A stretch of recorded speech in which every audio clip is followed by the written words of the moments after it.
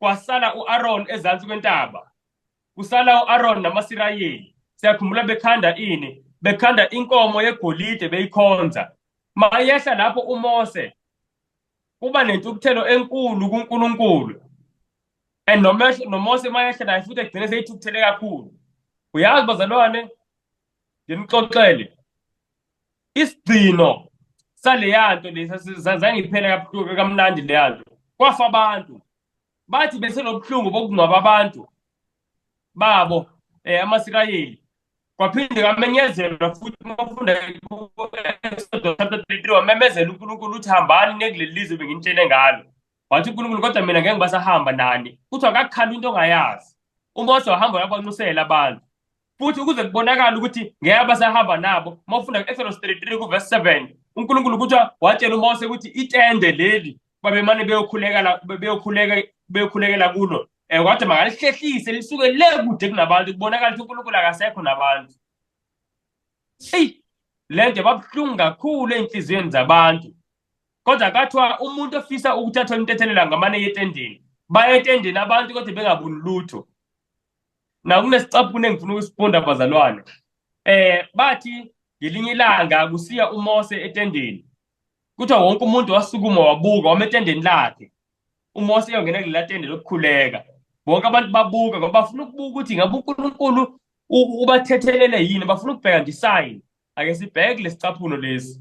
Sesibona la isithombe nasi bazalwane salenkomo le yabafaka inkingeni. Now le ncwadi ikhuluma le ndaba Patriarchs and Prophets ku page 327 asike sisizweni. Ngizifunda esigesi ngitolike. Ithi when they returned to their tents, kuthiwa Moses entered the tabernacle. Kuthiwa with agonizing interest, the people watched for some token that his intercessions in their behalf were accepted. Kuthiwa bazalwane, abantu babuya ematendeni wabo beqeda kuyokhuleka, kwabe sekwahamba uMoses manje yakuleli tende lokukhuleka. Kuthiwa bazalwane kuthi angazi noma ngizothi agonizing interest ukuthi babuka kanjani, kodwa ngendlela eyisimangaliso babebukile bazalwane befuna nje isayini eyodwa nje, impawu eyodwa ukuthi uNkulunkulu ubathethelela izono. Babukile ukuthi ngaba mhlawumbe uNkulunkulu uzokwehla khuluma noMose, bafuna ukubuka nje. Yaqhubeka isicaphuno sithi if God should condescend to meet with him, Moses, kuthiwa they might hope that they were not to be utterly consumed. Kuthiwa bacabange futhi babone ukuthi uma ngaba uNkulunkulu if liyehla liyokhuluma noMose njengebelapha, kusho ukuthi uNkulunkulu ngempela ubathethelele. Now yaqhubeka amazwi ablue. Kuthiwa when the cloudy pillar descended and stood at the entrance of the tabernacle, kuthiwa the people wept for joy. Kuthiwa and they rose up and worshipped, every man in his tent door. Saying lento bazalwane, kuthiwa mabebona ifu lehla, bebona ukuthi uNkulunkulu ubathethelela icala labo, kuthiwa abantu bakhala inyembezi bejabula. Yayizo lento amadoda amadala noma abadala kuthiwa bakhala inyembezi, kuthiwa bawa phansi baguqa bakhuleka bambonga uNkulunkulu, bebonga umusa ongaka. Yazi ngiyakhumbula besifunda la ekhaya eyangithinta kakhulu ngathi ingoba into yomusa abazalwane yamangalisa. Ngoba yabona masewenze isono njengalabantu benza isono, into masewuyenzile awusakwazi ukuyibuyisela emuva, sewuyenzile. Yabo manje sebehlele lapha sengiyabacabanga bahlele lapha ematendeni sebelindele noba yini le uNkulunkulu azoyikhetha ukuyenza. Vele banecala makuthiwa abafi bayafa. Futhi abazi ukuthi yini abangayenza ngaphezulu ukuthi bathi bacela intethelelo ngoba lokho abakwenzile abasakwazi ukuthi bakubuyisele emuva. Yabo so ngamanye amazwi indaba yesona injalo bazalwane, usuke ungenamandla ukwenza lutho, usuke ngempela ulenga ngentambo yomusa, udiphende kakhulu kumusa kwalo muntu omonile. And esikhathini esiningi thina uNkulunkulu osuke simonile. Nabazalwane ngimangaliswa ukuthi intokozo abayithola ngokuzwa ukuthi bathethelele. Yilento esifunda la kuleli verse ku Psalms 90 verse 14 ukuthi abantu mabesuthiswe ngomusa ukuthi bayathokoza. Bayathokoza bazalwane. So mawuhlangana nomuntu ongajabulile, esinye sezizathu sokungajabuli ngenze ukuthi yiso lesi igift. Ukhulume nje ngomusa kaNkulunkulu. Ngabantu uNkulunkulu ake abathethelele njengalabo. Ukhulume ngoManase umuntu wayifisa ngisho ukubulala uNkulunkulu imbala makuthiwa uyakwazi wayibulala abaprofethi lithi iBhayibhile kwakudala igazi eJerusalem ngenxa kaManase ebulala abaprofethi baNkulunkulu kuthi umprofethi oqala ukufa kwaku-Isaya owambulala ngokumsaha cabanga leyo nto ukusahla umuntu isebona isihlungu esinjalo uNkulunkulu lapho ubukile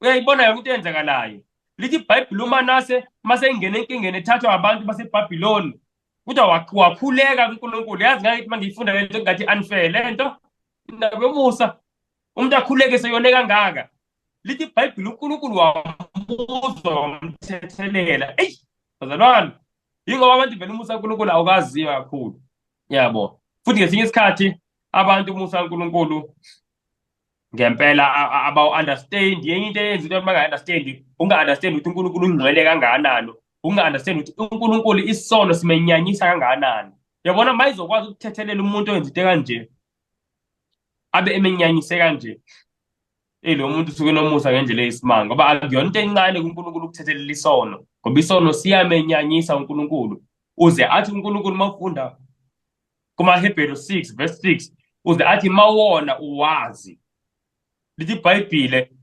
uyambethela kabusha uKristu yayizwa leyo nto sabanga ubuhlungu uKristu abuze esiphambanweni uthi yibo ubuhlungu abuzwayo njalo uma umuntu ona esazi leyo nto bazalwane ayibhalanga uNkulunkulu akawenza amahlaya eBhayibhileni ayekho amahlaya akekho nama-exaggeration into nje uNkulunkulu uyibhala njengoba injalo akanalo ihaba uNkulunkulu na uyabona ukuthi umuntu umlimaze kanjalo akuthethelele isimanga nabo abanye bazalwane sake safunda ngabo ngesikhathi sifunda i-church history kumabandla esikhombisa ama-Waldenses aweshumayeza abantu bengalazi iBhayibhile bengakazi bezwe ngomusa kaJesu kuthiwa abantu ezibeshunyayezwa mawufunda la kulamazwi aBrown kuthiwa amagama babeloko becelwa ukuthi aphindwe yila magama athi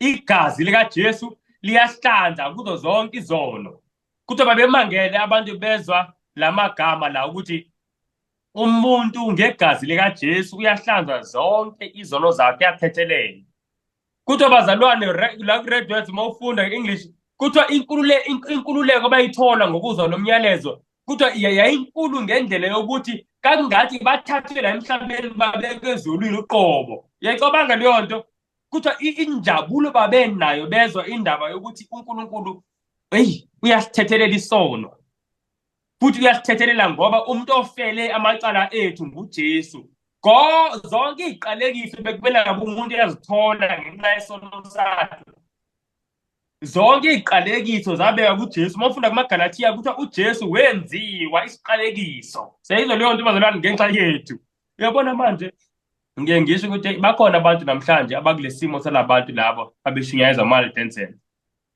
kakhulukazi thina nje asihlala emakhaya la siyahlangana nabantu umuntu ehleli kodwa kunesiqalekiso asilindele ukuthi kunento ebuhlungu embi ezomehlela ngenxa yokuthi wenza ukuthi manje ulokhu elinde lento manje ngisho noma kwenzakalani kodwa akakutholi ukuphumula nokujabula ngokuphelele kodwa bazalwane mawuthi ukufunda iBhayibhile likutshela ukuthi mawuza kuye uJesu uyathethelelwa futhi zonke iziqalekiso ziyasuswa kuye ngoba zonke iziqalekiso ngesono zabekwa kuye uJesu into emangalisayo kakhulu le into emangalisayo kakhulu nawe asifunde kunyeke into yokuqala le bazalwane engithe mangifunda iBhayibhile ngabona ukuthi ngempela ilethe injabulo liyasho iBhayibhile la verse 14 ukwazi umusa kaNkulunkulu kuletha injabulo nawe asidlule into yesibili bazalwane eletha injabulo asiyibukeni nasencwadi yeZaga 29 verse 18 iZaga 29 verse 18 okwesibili okuletha injabulo ake sikubuke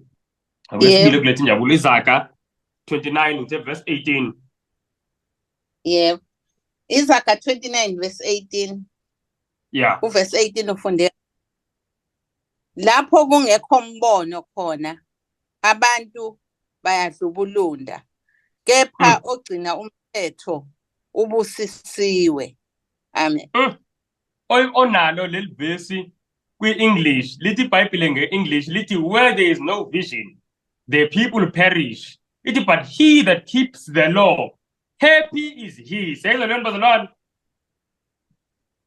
ngamanye amazwi ukujabula kuza ngokuthini ngokugcina umthetho. Na umthetho kaNkulunkulu indlela kaNkulunkulu yokwenza izinto. Siyayizwa le nto bazalwane. Ngezinye izikhathi mawuzithola ungajabulile futhi ungazi ukuthi yini ekwenza ukuthi ungajabulile, but ukuzibona yazi angijabulile namhlanje. Uboke u-introspect impilo yakho ubheke ukuthi yikephi la ngingenzanga izinto ngendlela kaNkulunkulu. Ngoba lithi iBhayibhile ogcina umthetho ngamanye amazwi owenza izinto ngendlela kaNkulunkulu uyojabula. Angisho vele sifundile uJesu uthini? Uthi njengoba ngithi gcina umthetho lokho ngikukhulumele ukuthi nijabule. Kumele vele kulindeleke ukuthi mawugcina umthetho i-result ukujabula. Ukujabula. Nabazalwane ngizoshintsha into eyodwa, ngize example ngalento eyodwa. Ke mhlawumbe ngisho 2. Esikhathini esiningi kuyenzeka ukuthi singajabuli ngenxa yezimo zempilo, izimo esizithola sikuzona. Now zonke izimo esihlangabezana nazo uNkulunkulu bengafisa ukuthi sizihlangabeze ngendlela yakhe uNkulunkulu, hayi ngendlela mhlambe yezwe noma ngendlela yomhlaba. Indlela kaNkulunkulu bazalwane isifundisa ukuthini sibe njani, ukuthi ngaso sonke isikhathi ukuba content kubanjani ukweneliswa ngisho. Kodwa mawufunda kwabaseFilipi chapter 4 verse 11 la umpostoli uPaul ekhuluma into uNkulunkulu afisa sizwe, ubhalela abantu baseFilipi kanye nathi. Uyakhuluma ukuthi kuzo zonke izimo ufunde ukuthini, ukuthi aneliseke. And ukwaneliseka bazalwane yikho okuletha injabulo, ngoba ukwaneliseka kuveza ngisho ukholo futhi. Awukwazi ukwaneliseka ungamthembi uNkulunkulu, ngoba ukuze waneliseke umele wazi ukuthi uNkulunkulu ayikho into angenayo. Khona umunye wayefuna umsebenzi akhumbula ngisahlala eThekwini, ngangisasebenza leso sikhathi. Kwakhona omunye usise enkonzweni ayefuna umsebenzi. Ngiyakhumbula ngisho ngithi you know uNkulunkulu wazi indawo eziningi la kushoda abantu balento oyifundele noma lento yaziyo. Futhi uNkulunkulu nakwizindawo la ekungashodi bantu uyakwazi uNkulunkulu ukuthinta inhliziyo yomuntu ukuthi asemqashe lo. Yeah, la uNkulunkulu ayikho nje bazalana into emvalayo, angibeki nje kanjalo yabo. So manje ngangifisa umbonisa ukuthi njengoba nje engakaqashwa uNkulunkulu ongakavumi, ongakathandi ukuthi aqashwe, yabo. Now into mayivunywe uNkulunkulu uyabona lolo lwazi lulodwa ukuthi ubaba ongithandayo owaze wafa ngenxa yami, ngoba uNkulunkulu ngempela lithi iBhayibhile wafa kusipho uJesu, 2 Corinthians 5:19. So bazalwane ube nalo umqondo ukuthi uNkulunkulu ongithanda ukuthi angaze experience ipain yokufa. Uma ngaba yena uyakhetha ukuthi okwamanje engabi nawo umsebenzi, shuthi sikhona isizathu esihle engingasiboni mina ngoba ngiyingane angithi. Sikhona isizathu. Yabo. So leyo nto mawucabanga ngaleyo ndlela, leyo nto iyakufundisa ukwazi ukuba content, ayi inkosi kuyangibhedela. Njengoba kungibhedela ngakwazi ukukhokhela ukuthi uNkulunkulu ayicimezanga kabi ngathi sizitshela uNkulunkulu mhlawumbe unesikhathi kumane uyicimeza ngaboni lutho. Uyabona ngisho unesizathu sakhe. Mina ngiqhubeke ngi-apply kodwa ngi-apply nje ngenhliziyo ekhulekile. Apply ngenhliziyo ekhulekile, yazi ngeke ngiyibone lento ngezingane ziyafundisana bazalwane ngoNkulunkulu ngoba siyizingane nathi. Yabona ingane uma ilambile mhlawumbe umama esayiphekela iphalishi uyomvusa ekuseni into engilambile, abese uyolungisa iphalishi, umama alungisa iphalishi. Ingane angisho ayazi ukuthi manje kulungiselwa yona, ayazi ukuthi lesikhalo lesi esikhale ngesikhathi ivuka ethi ngilambile ikhalela umama sesiphenduliwe, umama nakho seyisukumile ukwenza iphalishi. Yona ayazi ididwe ukuthi ngithi ngilambile, umama kunento yensimbi ayiphethe ushaya esinye isitsha sensimbi ushaya ibhodwe, ayibonto uyamixa la. Angisho ayazi ngani iyokhala ingane ikhale lize livuthwe iphalishi lithele esitsheni lipholiswe akalibikho ready ukuthi ingane lidle.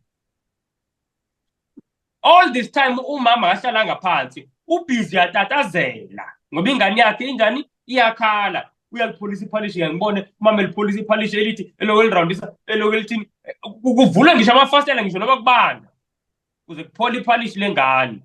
Ingane yazini lapha yazilutho ibona yona ngathi nje ayilalelwe iyakhala we ayi ngeke uzithi ayi ngiyabonga sengiyabona mama seyalipholisa mama bengibonga ngeke uyizwe leyo nto. Sinjalo-ke singabantu uNkulunkulu bazalwane umuntu wakhe mayisebunzimeni esebuhlungwini uNkulunkulu utatazela ukudlula umama otatazelela ingane. Siyayizwa leyo nto bazalwane. uNkulunkulu awukwazi ukuthi esebuhlungwini uNkulunkulu avela ayisongela izandla nje. Ingakho noma ufunda incwadi kaIsaya salikhumulela lavesi azathi uNkulunkulu umama angayikhohlwa yini ingane yakhe ebeyincelisa athi yebo kungenzeka bayikhohlwe uthi kodwa ngeke mina ngilikhohlwe uthi bhekani nginivambile ezintandeni zesandla sami. Nginivambile sesandleni engathi sho njalo ngesixhosa engraved ukubamba kuba engraved. So bazalwane uNkulunkulu uthando lwakhe lukhulu ukudlula ithando lokamama. So enye yezinto njengoba ngisho ukuthi esisizayo ezimeni zempilo esisusayo okungajabuli esisusayo i-sadness nokuhlupheka contentment okwaneliseka ngento uNkulunkulu akuvumele yona ngalesi sikhathi. Njengoba manje njengoba ngisho ukuthi siye savelelwa isimo kwaba nengozi ethile phezu kwaleyo ngozi kwavele kwaphuma imold eningi ngabe senga-infecteka ngakhohlela ayikho into uNkulunkulu angayibonanga. Manje sengiyozihlupha-ke manje sengiyothini angisho uNkulunkulu isimo asivumile akuthi ngiveke nga-onisa ifene enkulu ngathi uthi ngiphephule lana kodwa mase kuphephuka kuvela imold ngayiphonsa imold cha. So into kanjalo bazalwana kumele nje uyihluphe ngayo kumele uthi uNkulunkulu uyabona khona afuna ungifundisa yona asidlule nayo kube kanjalo. Now enye yezinto futhi esingayi-approach ngendlela kaNkulunkulu ngomthetho kaNkulunkulu bazalwane ngizothi ama-relationships esinawo thina singabantu ukungajabuli okuningi kwabantu kuvela ngabantu angibeki kanjalo. Okusho ukuthi kwindlela esi-interacta ngayo with one another omunye nomunye singabantu kukhona la singenzi ngendlela kaNkulunkulu kube manje injabulo iqhele ngoba lithi iBhayibhile mawenza ngendlela kaNkulunkulu ithi he that keeps the law happy is he. Lo wenza ngendlela kaNkulunkulu uyajabula yena.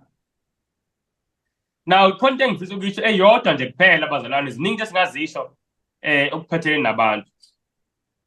Uyabona kodwa bazalwane mawungumuntu osheshayo ukukhathazeka ngento eyenziwe abantu noba into eyenziwe umuntu kuwe noma yinto umuntu angakwenzelanga yona noma yini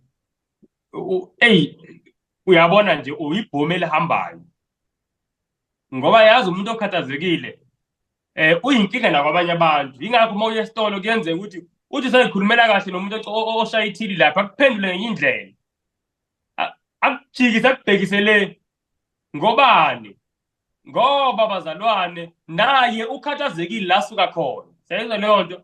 So nawe uma ulokhu uhamba ukhathazekile uthi akujikise akubhekisa le uphendula ngeyakho indlela akasekho uJesu lapho ngoba nawe vele kunento ekuhluphayo uyabona leyo nto. So umuntu ohamba ekhathazekile uyinkinga bazalwane kakhulu. Akulula ukucabanga ukujabulisa abanye abantu ube nawe ukhathazekile ukhathazwa into eziningi ukhathaza ukuthi bakwenze kanje. Na ngifuna sifunde nje eyodwa ezosiza ukuthi singasheshi ukukhathazeka. Eyodwa nje bazalwane sine incwadi kwabase-Efesi chapter 4 kodwa lo ogcina umthetho kaNkulunkulu noma lo wenza ngendlela kaNkulunkulu uyajabula yena. Uyabona bazalwane indlela zikaNkulunkulu azifani nendlela zomhlaba kodwa indlela zikaNkulunkulu eziyayiletha intokozo ngumqambayo. Ngeke sibukeni njengoba ese-Efesu 4 asifunda uverse 32. Yebo. Uverse 32 kanje. Maniphathane ngobumnene nihawukelane nithethelane njengalokho noNkulunkulu wanithethelela ngoKristu. Amen. Amen. Yabona-ke ngisho iqiniso bazalwane. Into eletha injabulo noma esheshayo kumkhulula umuntu obelinyazwe omunye umuntu yilento ebizwa ukuthi intethelelo. Intethelelo. Kodwa intethelelo iza kalula mawukuthi senza lento le ebhalwe la ngoba phambi ukuthi ithi nithethelelane ithi nihawukelane. Siyizwa lento bazalwane. Mangiyizwa mina ukuthiwa ukuhawukela ukumdabukela umuntu noma mhlambe ngizothi ubathenda nje English tender hearted nokumcabangela. Siyizwa leyo nto. Ngize leli verse ngalihlanganisa nelinye kwabaseFilipi kwabaseFilipi chapter 2 kuverse 4 la iBhayibheli lisho khona ukuthi lithi kuthiwa angabheki umuntu okwakhe kodwa yilona lo abheke nokwabanye. Siyizwa lento bazalwane. So ngamanye amazwi ukuthi ongayicabangeli wena kuphela kodwa ucabangele nobani nabanye. Nayo esikhathini esiningi makunomuntu okwenza into nobe ekhuluma into kuwe, esikhathini esiningi into eyenza ukuthi ucasuke kakhulu kube ngathi ikhanda lizo explode nje kuphuma isivalo. Yabo yingoba emcabangweni wakho uthi hawu lo muntu ukwenza kanjani ukuthi ngibe mina nginje okanye ngenze ukuthi nokuthi ngimenzele ukuthi nokuthi sebona leyo nto. Mina ngicabangela mina into engimenzele yona noma mhlambe ukuthi angimenzanga lutho njengoba seyenza lokhu kungani enza lokhu. Seyenza leyo nto akukho enginaka enhlizweni. Ukuhawukelana ke lo ngizokusho ukucabangelana uyifaka ezicathini zomunye mhlawumbe lo muntu la suka khona uhlukumezekile kakhulu manje lento seyayiphumela nje la kimi. Mhlawumbe wahlukumezeka ekhula manje ingqondo yakhe ithe ukuthisteka kancane. Noma mhlawumbe omunye uyabona yonke nje lo mcabango ukwazi ukuyibeka ezicathini zomuntu uthi mhlawumbe yabona namhlanje ngiyakhumbula bengilungiselela isifundo lesi. Ngithi ngisalungisa nangu mama siyaqhamuka nezingane naye sikhona okunya kwenzayo la ngilungisela khona isifundo. Manje ngiyasho inhliziyo ngithi umama seyizongiphazamisa nezingane manje futhi ingane yazazi zibanga umsindo. Washo ukuthi hayi usafuna ukuthi alungise kunento afuna uyilungisa. Manje mina sengiyacabanga inhliziyo nami bakithi lento kushuthi into afuna ukuyenza ngempela. Kodwa nami uyangihlupha. Yabona manje kune-struggle kunempi ngicabangela mina ukuthi uyangihlupha kodwa naye lento afuna ukuyenza into yamhlupha naye into afuna ukuyenza manje ayiqede ayidlulise engalokhu imbambile uthothi ebusuku manje sengiqede isifundo sekumele enze seyizwa leyo nto agcina ngathi hayi kulungile. Ungaqhubeka ngaqhubeka yazi ngabe ngakhululeka nje bazalwane enhliziyweni ngoba nami ngiyamcabangela omunye kodwa ngabe ngamcabangelanga bengasuka impi ngithi mama kathi kungani ungacabanga awuboni manje ukuthi ngilungiselela isifundo into zikaNkulunkulu eziphambili kwathini ake nihambeni. Sekuyaqala ke manje mase ihambile sengiphathe kabuhlungu ukuthi sengikhulume kanjani angisakwazi manje nokuprepare futhi. Seyizwa lento bazalwane sekuqala ukungena lento yokungajabuli kodwa nje ngento esimple yokucabangelana. Yazi ngabuka ukuthi indlela zikaNkulunkulu zibuya zinzima kodwa umphumelo nguwo bazalwane olula futhi omnandi. Ngumphumelo ukucabangelana uthi kunempi ekhaya uzama uyibeke ezicathulweni zomunye. Uyazi kunento engayifunda ngoJesu mhlawumbe sike siyifunde leli vesi kumaHebheru 2 lento yamangalisa kakhulu. So yindlela kaNkulunkulu le bazalwane afisa ukuthi abantu baphathane ngayo omunye umuntu ukuthi njalo uma uhleli nabantu ubacabangele. Seyizwa leyo nto futhi umhawukele umuntu. Hayi ngoba mhlambe ekwenzile okuhle kuphela ngisho nanxa seyenze ekubi uzama ukumdabukela umhawukele mhlambe naku kumenze ukuthi yabona uthola mhlambe uhleli nengane yomuntu ikutshontshela ukuthi mhlambe bakithi le ndaba ukuthi wakhula egqilazeke kakhulu ehlupheka manje uthi ngikhulume naye kahle kodwa nami uthi ngibe nomusa ngoba uhluphekile le ngane ihluphekile. Uyabona kodwa mongayicabangeli wena ungayibeka ezicathulweni zayo uzothukuthela ukuthi sengimhlalise isikhathi eside kangaka seyizongitshontshela sengimenzela ukuthi nokuthi baye bazali bakhe bengamenzeli lutho. Uyabona manje angisho uyicabangela wena ukuthi wena wenze ukuthi nokuthi nokuthi nokuthi nokuthi. Lithi iBhayibheli umcabangeli nomunye. Cabangeli nomunye. Ake sizweni something. Hey, lento yathi, this is powerful. Hebrews 2 verse 17. Oh, Verse 17. yeah. Uverse 17 ufundeka kanje. Ngakho-ke kwamfanela ukuba abe njengabafowabo kukho konke, ukuze abe ngumpristi omkhulu, ohawukelayo, nothembekayo kokukaNkulunkulu, kube inhlawulo yezono zabantu. Amen. Neyizwa lento manje ikhuluma ngoJesu le ndawo, by the way. Ithi uJesu kwamfanele noma kwakumele, kwi-English ithi it behooved him, it was necessary ukuthi kukho konke uJesu enziwe afane nathi singabantu, ukuthi ukuze akwazi ukuthi abe ngumpristi ohawukelayo. Yayizwa leyo nto?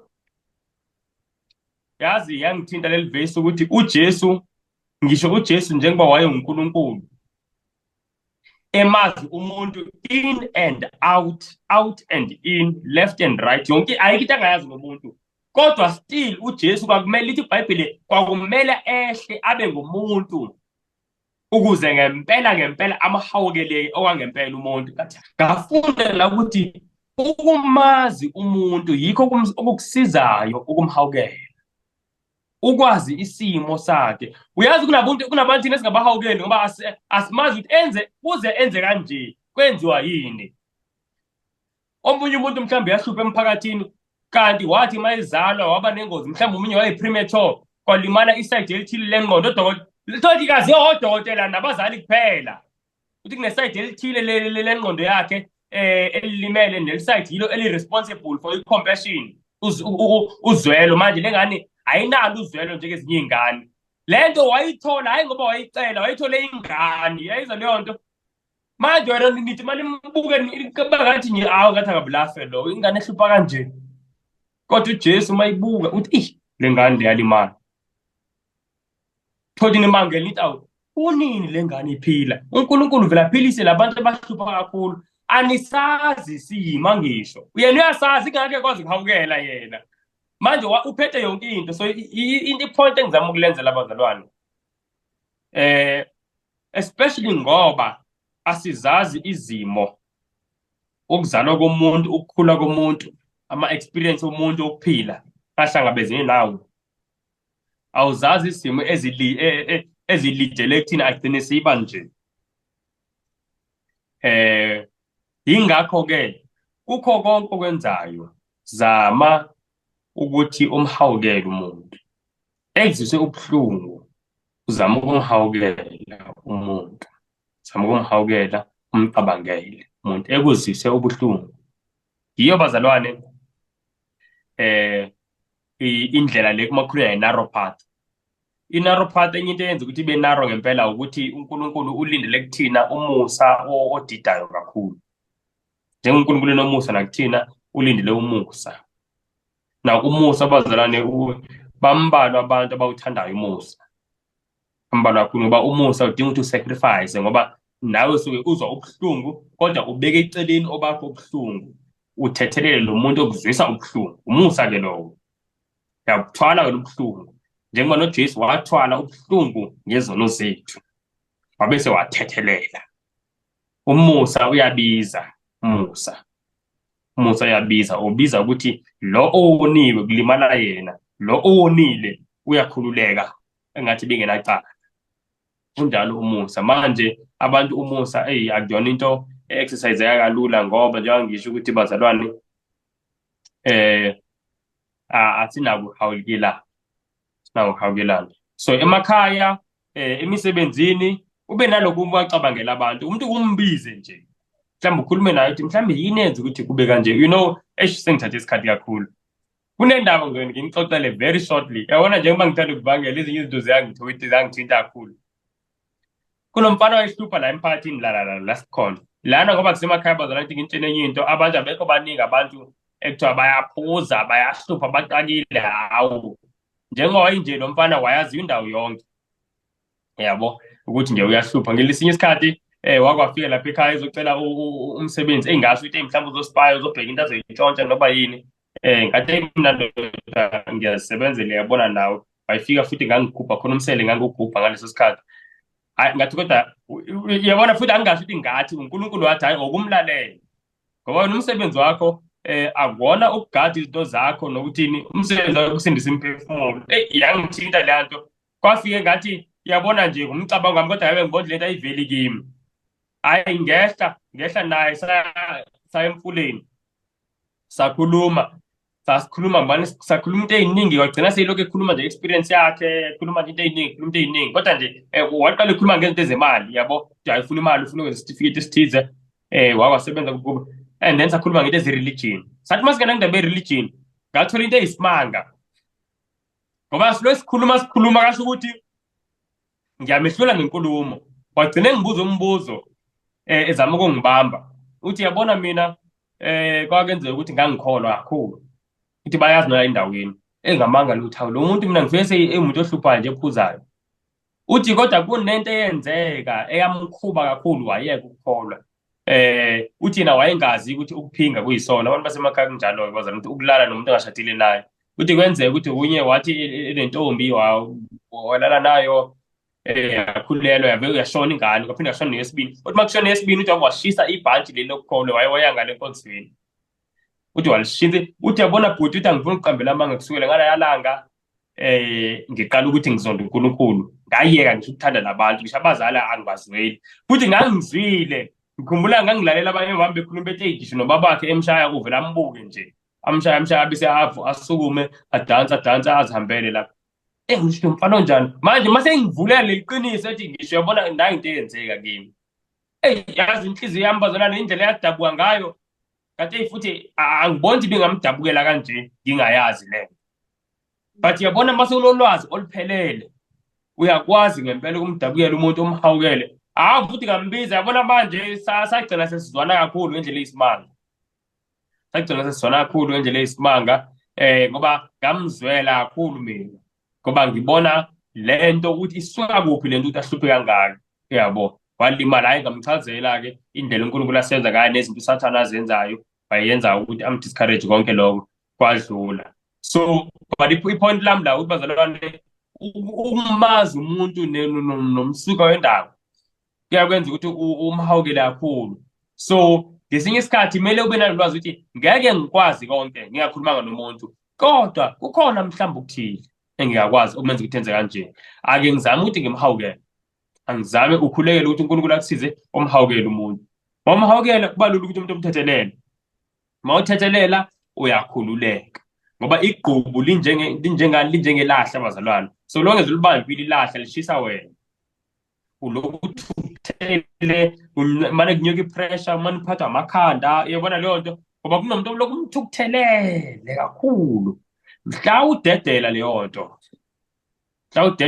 nto ngokusizwa nguJesu. Yabo leli vesi leli besilifunda ku-Efesi 4:32 lize lithi nithethelelane njengoba noNkulunkulu ngenxa kaKristu wanithethelela. Ukuthi asithethelelane ngale ndlela uNkulunkulu asithethelele ngayo. Into emangalisayo leyo.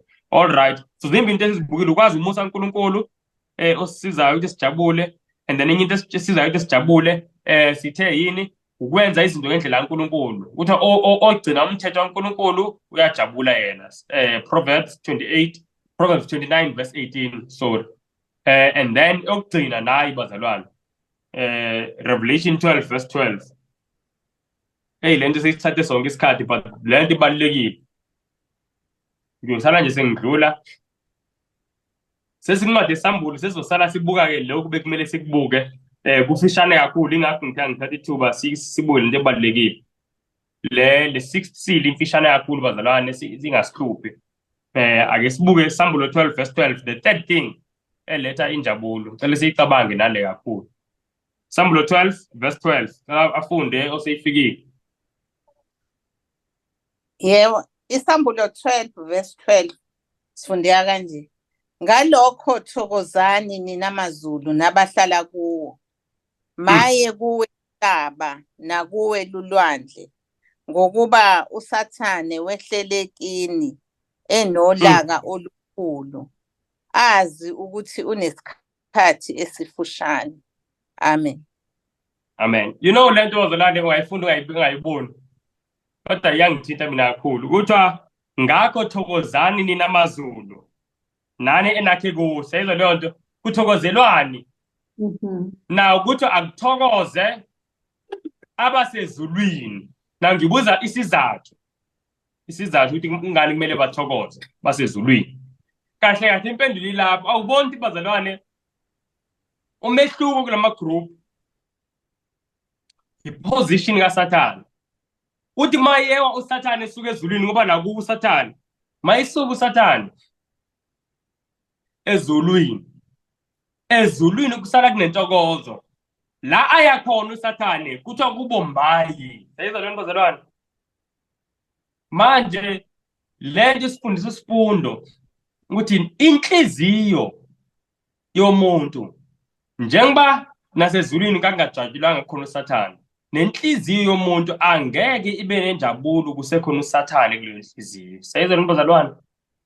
So ukuze kube khona injabulo kuthiwa mayithokoze leyo nhliziyo kumele kuphume uSathane noma imicabango kaSathane noma angibeke ngithi imisebenzi kaSathane kuleyo nhliziyo. Kunjalo nje bazalwane. Yinto ekugcinele ngithe ngidlule kuyo. So zonke inkohlakalo ayilethi injabulo. Once kube khona into kaSathane kuleyo nhliziyo noSathane ukhona. So makhona uSathane asikhohlwe ngokujabula. Selfishness akuyona kaNkulunkulu kaSathane. Khona uSathane and angeke ilethe injabulo. Angeke ilethe injabulo. Ukucabangela abantu okubi. Ngiyabona leyo nto. Ungabahawuki akuyilethi injabulo, you know. Kunento bengaplana nguyisho le. Kodwa ngicela ukunitshela bazalwane. Ngithanda kakhulu ukufunda ngezinto zempilo, ngezinto ze-health. Ngiyithanda nje ukuyifundela. Now khona ngesinye isikhathi ngangifunda khona enye i-neurosurgeon kuthiwa ngu-David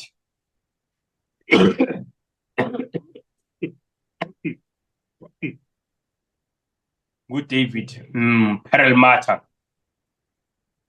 Le neurosurgeon yayikunye talk show singikhohle igama le talk show. Khuluma ngento eziningi ezintsha abazenzayo in terms of brain, yabona, brain disorder healing, into kanjalo. Ngikhumbula kangiqala ukuzwa umuntu oyikhulume ngendlela oyikhuluma ngendlela yokulapha, enye izindlela zokulapha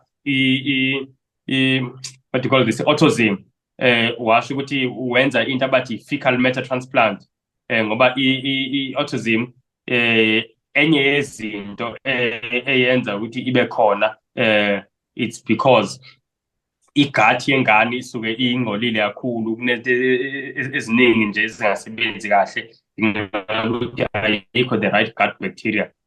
And ekhuluma ukuthi they've been making this and this discovery, yabona nje. So I was just amazing lezi zinto. And ekugcineni kwe-talk show, ekugcineni kwayo-talk show wakhuluma lo talk show host wathi okay, sesikhulumile into eziningi, sesizovala ke manje talk show. Ake ungitshene yini mhlambe izinto ongibalele ngithi mhlambe ngasho into ezimbili ekuyizinto ngempela ebezingekho in the past, yabo, like very mind blowing discoveries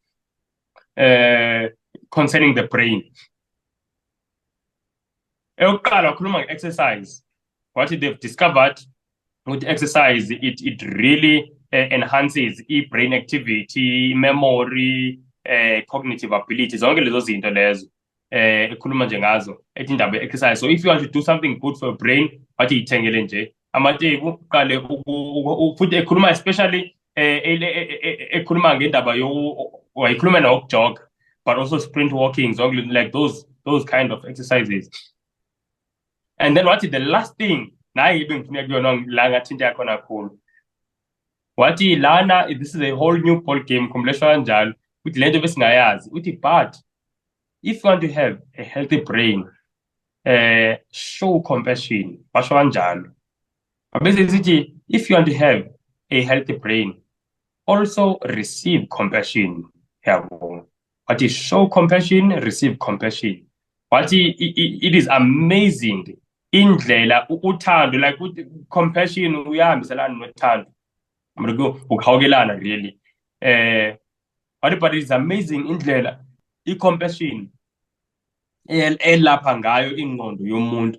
And you know, le nto yangithinta like ngempela ngamangala kakhulu. Ngamangala ngendlela eyisimangalisi. Ukuthi compassion. And enye into yangimangalisa kakhulu ukuthi ngange ngayifunda into kanje kwenye incwadi ibhala Ellen White kuthiwa Ministry of Healing. Wayikhuluma about the exact same thing. Uthando, it has an efficacy to heal. It touches all the vital organs zomzimba nge-healing. But ngangiyifunde ngithi okay, mhlambe that sounds devotional. Manje mase ngizikhuluma udokotela ngathi hey, lento literal ngempela, into enjalo ngempela. Yabo. So bazolana into engishoyo la ukuthi masinothanda enhliziyweni, sinoNkulunkulu enhliziyweni, izinto zikaSathane silwele ukuthi ziphume enhliziyweni zethu, sikhulekele kona lo, ngoma silwa ngomkhuleko, silwa nokufunda izwi kaNkulunkulu. Yabo, silela ukuthi okaSathane akuphume kithi.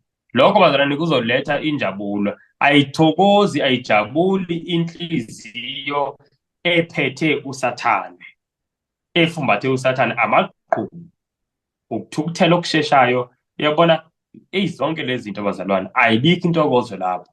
Nalowo muntu futhi kulabantu ahleli nabo ugcina naye seyisource yokungathokozi. Yabo, ugcina kuspreada nje kanjalo. So bazalwane, athi uNkulunkulu asisiza ngempela le ndaba ye-happiness. Alright, ngibheka isikhathi sami. Bazalwane, ake ngikhulume ngakho lokhu very quickly. I'm just going to share ama-slides la. Asiyeni kusambule chapter 6 bazalwane, verse 12. Bele sifunde from verse 12 to verse 17. Hey, bazalwane, lesiprofeto lesi. Ngase ngibona lapho livula uphawu lwesithupha. Kwaba khona ukuzamazama okukhulu komhlaba, nelanga labamnyama njengendwangu yesaka loboya, nenyanga yonke yaba njengegazi, nezinkanyezi zezulu zawela emhlabeni njengomkhiwane uvuthulula umphobo wawo, nxa uzanyazanyiswa ngumoya omkhulu. Nezulu laqoqwa njengomqulu wencwadi usongwa, nezintaba zonke neziqhingi zasuswa ezindaweni zazo, namakhosi omhlaba nezikhulu nezinduna nabacebileyo nabanamandla nezigqila zonke nabakhululekileyo bacasha emhumeni nasemaweni ezintaba. Base bethi ezintabeni nasemaweni, welani phezu kwethu, nisisithe ebusweni balowo ohlezi esihlalweni sobukhosi nasolakeni lwewundlu, ngokuba usuku olukhulu lolaka lwabo selufikile. Kubanike onamandla okuma na. Amen. Nabazalwane, kunento engifuna siyibone esimple la. Ngifuna sibone ukuthi lolu uphawu lwesithupha luqala kwisikhathi sesadlula, luze lufike kulesikhathi sethu, luze lufike kwisikhathi sokubuya kaJesu. Now lento bazalwane, ngoba siyibona lento lamakhulunywa bazalwane ngezulu laqoqwa njengencwadi, lento ikhuluma ukubuya kaJesu. Yabo. Now mase uzazi ukuthi wena uphila esikhathini ngokwezimpawu nje lezi zisikhombisa. Uphila wena kulolu phawu, awukho kuphawu lokuqala, awukho kuphawu lwesibili, awukho lwesithathu, ukuleli iBhayibhile elithi uJesu yilona abuye kulona. Mele uzazi uphila ekugcineni. Yithi labo bazalwane, sikubona kanjani lokho? Very simple. Siyakhumbula ukuthi uphawu lwesihlanu yileli alikhuluma bazalwane ngokukhala kwabantu babebulewe. Bebulewele ini? Ubufakazi bukaJesu Kristu. So yilabantu sithi ngama-martyr ababebulewe. Now abantu babebulawe uJesu Kristu bazalwane, babulawa kaze kwabanini. Akekho into engifuna siyibuke. Mawufunda incwadi mananga amavesi maningi but nje engithanda kakhulu ivesi ekhuluma uqiniso ngalokhu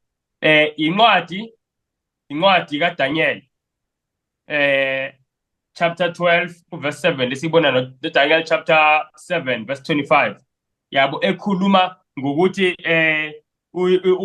ubuphapha loba buzohlupha abantwana bakaNkulunkulu isikhathi nezikhathi nengxenye yesikhathi 3.5 times and ngiyakhumbula siyifunda sibona ukuthi lokho kukhuluma ngani 1260 years yabo ngezinye izikhathi iBhayibheli lithi 42 months yabo isikhathi esisodwa loso ngoba kwinyanga eyodwa kwisiHebheru u30 days so mawuthi 42 times 30 1260 kade siyifunda le ndaba bazalwane sengiyadlula nje kena ngokusheshsha so isikhathi sama-miters sabantu ababeshushiswa saphela ngo-1798 isikhathi sasibekiwe sokuba kushushiswe abantu abakaNkulunkulu abangcwele siyayizwa lento bazalwane isikhathi sasibekiwe leso now uverse 12 uphawu lesithupha luqala emva kwalezo inshushiso so kuba ngathi liqala emva kwalesikhathi u1798 na u1798 yila ophapha wathathwa la wayeka ke ukubusa uphapha wayeqale ukubusa nokushushisa ngo538 AD sonke lesikhathi 1260 years abantu bayafa mawufunda kumlando kuthiwa more than 50 million u50 million bathi namba encane more than 50 million Christians abulawa uyazi 50 million yini that's like almost i-country yonke fana nokuthi kuthiwa leli bandla lelibulala South Africa yonke and kuthiwa incane ngoba amanye ama-record awangekho uyazi khona isisho esikhona ukuthi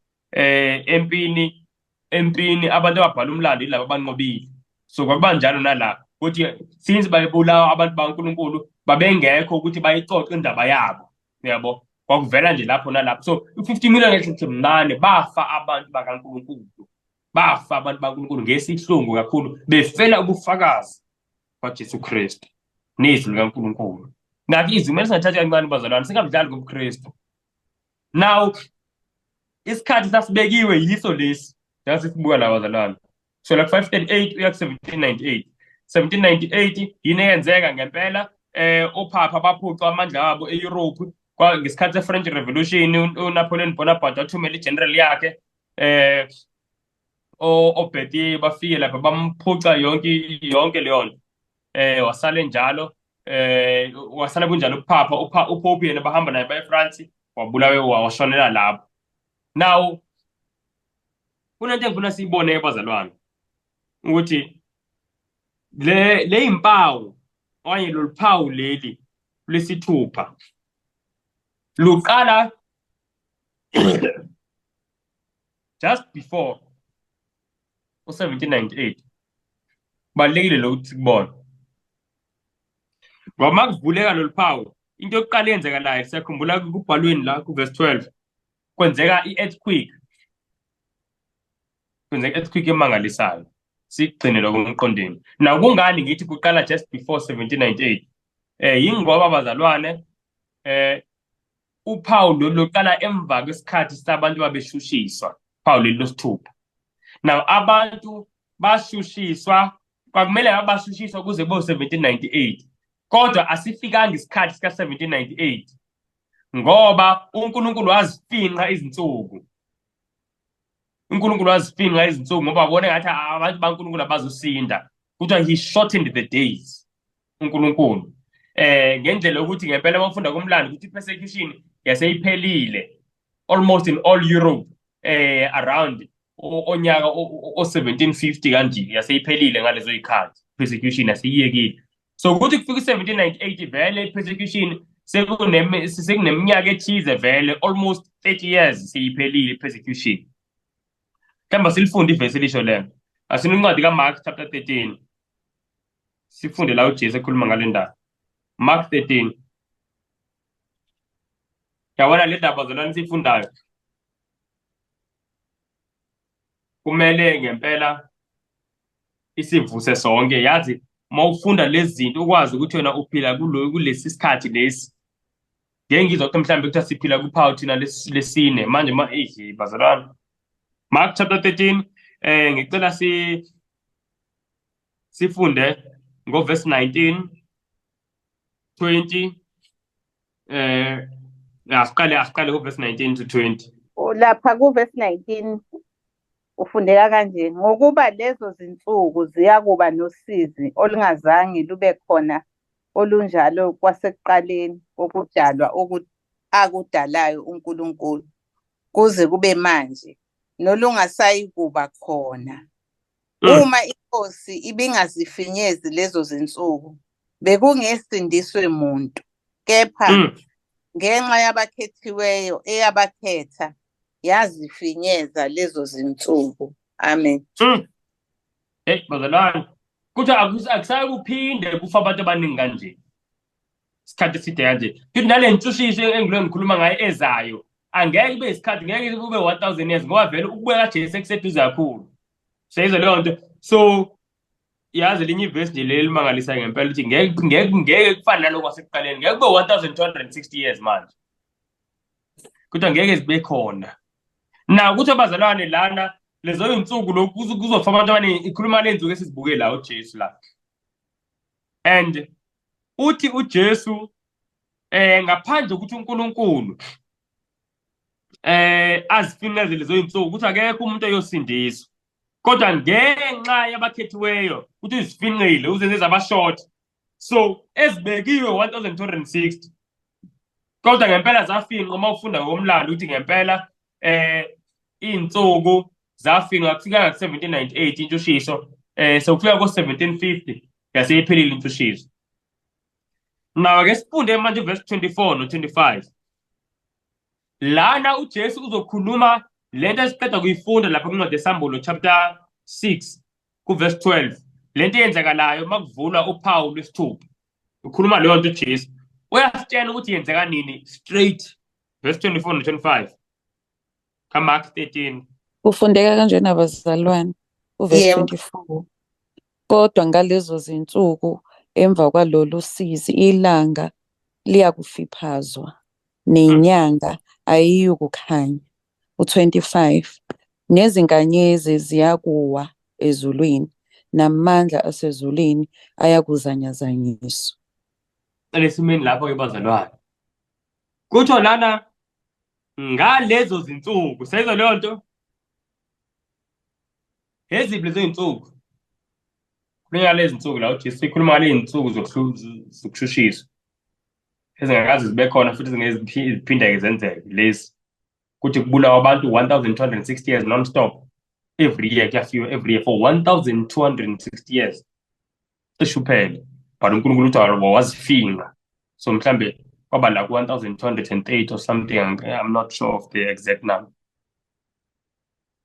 Now uthi uJesu ngalezo zinsuku uthi emva kwenhlupheko, after the tribulation, verse 24 lo, uthi yilapho-ke kuzoqala khona ukubona izinto zisenzeka. Uthi ilanga lizoba njani? Lizoba mnyama, noma ithe ngesizulu lizofiphazwa, kodwa ithi nge-English it shall be darkened.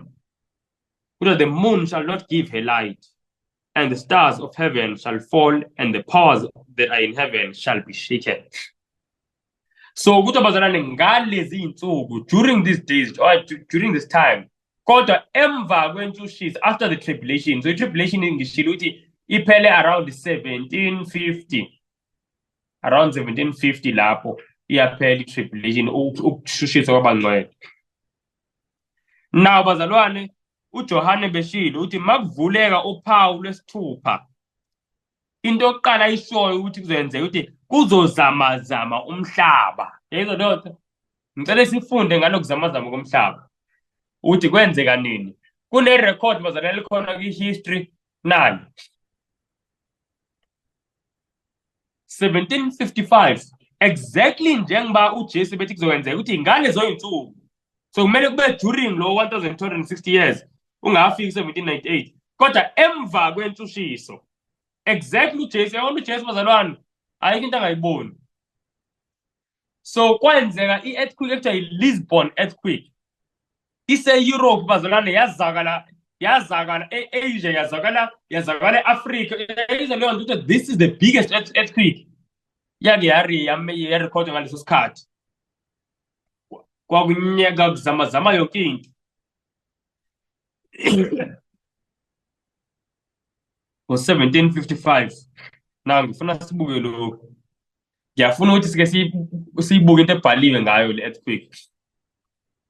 Mlando nje lo ithi, though commonly known as the earthquake of Lisbon, uthi njengoba yaziwa nje ithi kwaziwa njengokuthi i-earthquake noma ukuzamazama komhlaba wase-Lisbon, kodwa it extended to the greater part of Europe, Africa and America. Icabanga ifike even America. Can you imagine leyo nto? From Europe to America.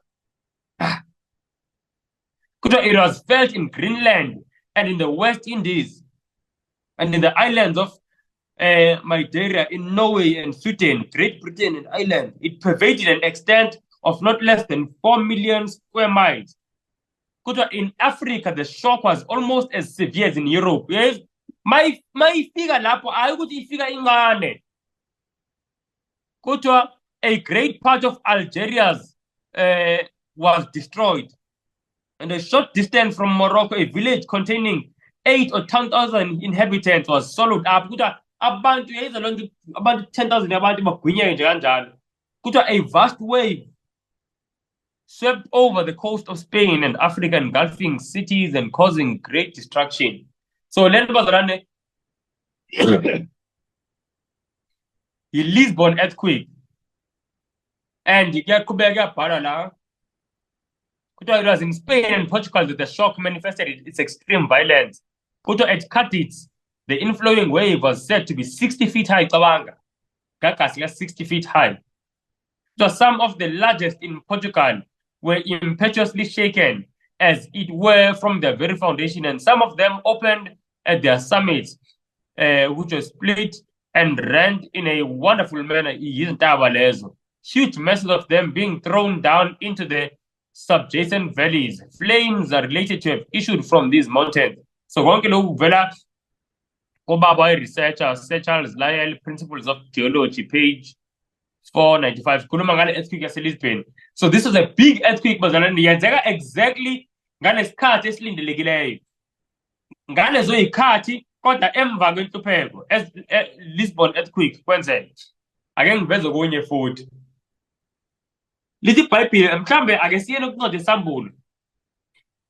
Sambulo 6, so that as ngiveza lokhu abazalwane bakwazi ukucompare lezi zinto ezenzekalayo naloko okulotshiwe. It's amazing. Simanga sento ngempela. Le nto bazalwane ngicabanga ukuthi sake sayikhuluma sifunda amabandla esikhombisa, ngifuna ukuyiphinda futhi. Kukhona i-dark day yabakhona la emhlabeni, yabonakala kakhulukazi eNew England, America, ngoMay 19, 1780. Nanamhlanje kuthiwa it's unaccounted for, isizathu sayo asaziwa. Abantu ososayensi abafunda ngezulu neinkanyezi nayo konke leyo nto bayakwazi ama-eclipse ukuthi azokwenzeka nini, wonke engekenzeki. Nginyakuthile kune-eclipse, solar eclipse endaweni ethile, konke lokho nokuthi uzovela kuphi. Uma backtracker la, yayingekho ngisho i-eclipse ngalesikhathi, kumnyama ngoMay 19, kuthiwa akaziwa ukuthi kungani kwakumnyama. May 19, 1780, the dark day. Le nto wayibheka wayithola ngisho na-internet. Zonke le Lisbon earthquake, dark day. So yile nto vele iBhayibheli elikhuluma ukuthi kwenzeka i-earthquake.